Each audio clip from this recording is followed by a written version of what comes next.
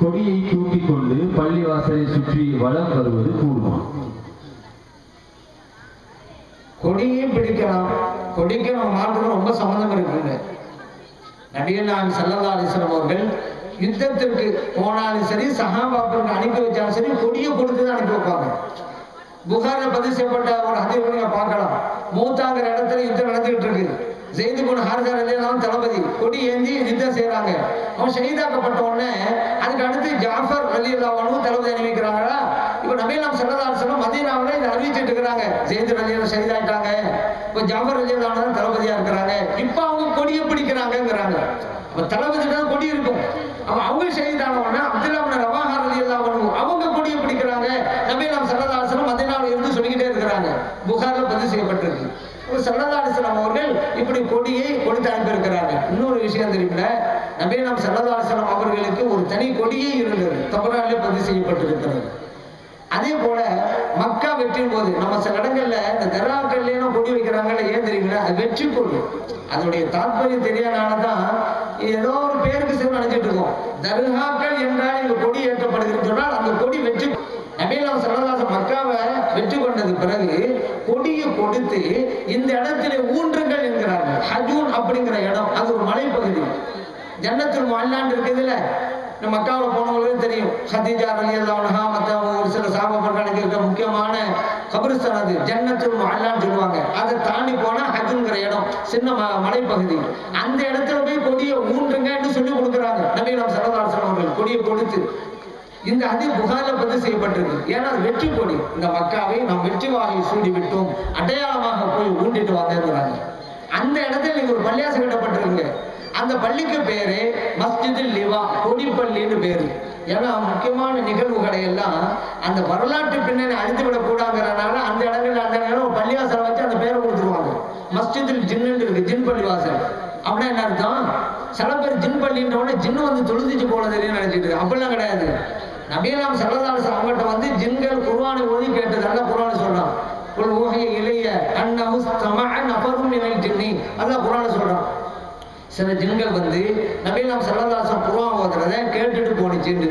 அந்த நிகழ்ச்சி நடந்த இடத்துல தான் பள்ளிவாசலை கட்டி அந்த பள்ளிக்கு பேரு மஸ்ஜிதுல் ஜின் பேர் வச்சிருக்காங்க. அந்த நிகழ்ச்சி நடந்த இடம் பாதுகாக்கப்படணுங்கிறதுனால. அதே போல நபிகள் நாயகம் ஸல்லல்லாஹு அலைஹி வஸல்லம் அவர்கள் கொடியை ஊட்ட சொன்னாங்கல்ல, அந்த இடத்துல ஒரு பள்ளிவாசல் கட்டி கொடிப்பள்ளின்னு பேர் வைக்கப்பட்டிருக்கு. ஏன்? அந்த இடத்துல தான் கொடி ஊட்டப்பட்டிருக்கிற அடையாளத்துக்காக. இப்ப வெற்றியின் அடையாளம் அப்படிங்கிறதா கொடி. இந்த வலிமார்க் இடத்துல ஏன் கொடி கொண்டு தெரியுமா? இந்த வலிமார்களும் இந்த ஊருக்கு வந்தாங்க. அவங்க வந்த போது களிமா சொன்னோம் யாரும் கிடையாது. இந்த மக்களை கூப்பிட்டாங்க, களிமா சொல்லி கொடுத்தாங்க. அல்லாஹ் யாருன்னு சொல்லி கொடுத்தாங்க. நபிகள் ஸல்லல்லாஹு அலைஹி வஸல்லம் சொன்னாங்க, குர்ஆனை கற்றுக் கொடுத்தாங்க. மக்களேனா இஸ்லாத்துல கொண்டு வந்தாங்க. அப்போ வெற்றி வாகை சூடிட்டாங்க. அவங்க மறைந்த பிறகு வெற்றி நடைமாளாக தான் நம்ம கொடி ஊன்றோம். ஏன்? அவங்களும் வெற்றி வாகை சூடி இருக்கிறாங்கல்ல. குஃபர் இந்த இடத்துக்கு ஈமான குணம் சேர்த்துட்டாங்கல்ல, அதனாலதான். இன்னும் சில ஊர்களை நீங்க பாப்பீங்க, தமிழ்நாட்டில் கூட பள்ளிவாசலுக்கெல்லாம் முஹைதீன் நாடு பள்ளிவாசல் தான் பேர் இருக்கும். இப்பதான் தக்குவா பள்ளி, மக்கா பள்ளி, மதீனாவுல இப்ப பேர் வச்சுட்டு இருக்கிறாங்க. அந்த காலத்துல பள்ளிவாசலம் பாருங்க, தமிழ்நாடு எல்லாம் முஹைதீன் நாடு பள்ளிவாசல். ஏன்? இஸ்லாம் வந்ததே அந்த தரீகா, காதிரியா தரீகாவை சார்ந்த ஷேகுமார்கள் மூலமாகத்தான். அதே போல வேறு வேறு தரீகா, ஷாதிரியா, அந்த மாதிரி தரீகாக்கள். அப்ப காதிரியா தரீகா சார்ந்தவர்கள் அதிகமா வந்தார்கள்.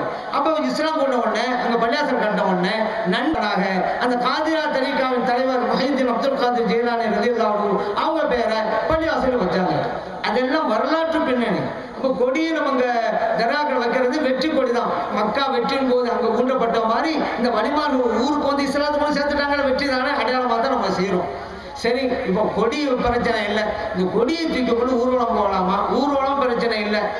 நான் ஊர்வலம் போகலாம் பிரச்சனை. இப்போ பள்ளியாசலை சுற்றி வரலாமா? இங்க சாதாரணமா நீங்க சுற்றி வரலாம், பிரச்சனை கிடையாது. தவாப் அப்படிங்கிற அடிப்படையில செய்யக்கூடாது. ஏன்னா தவாப் அப்படிங்கிறது மக்காவில் இருக்கக்கூடிய அந்த காபா மட்டும்தான் தவாப். வேற எந்த இடத்துலயும் தவாப் இல்லை. நீங்க சுத்திக்கிட்டு வாங்க. ஒரு ஆள் ஓட்டப்பதை வைக்கிறாரு, 10 தடவை பள்ளியை சுத்திட்டு வரோம், யாரும் சுத்துறோமாங்கிறாரு.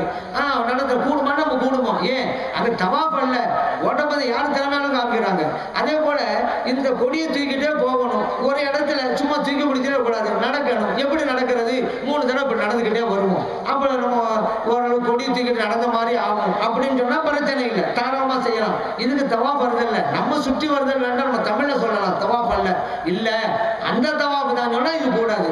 இல்லைங்க கொடியத்துக்கு நடக்கணும், இப்படியே நாங்க நடக்காம நாங்க பள்ளியாசம் நடந்துகிட்டு இருக்கோங்கிறாங்க. அப்படின்னா பிரச்சனை இல்லை, தாராளமா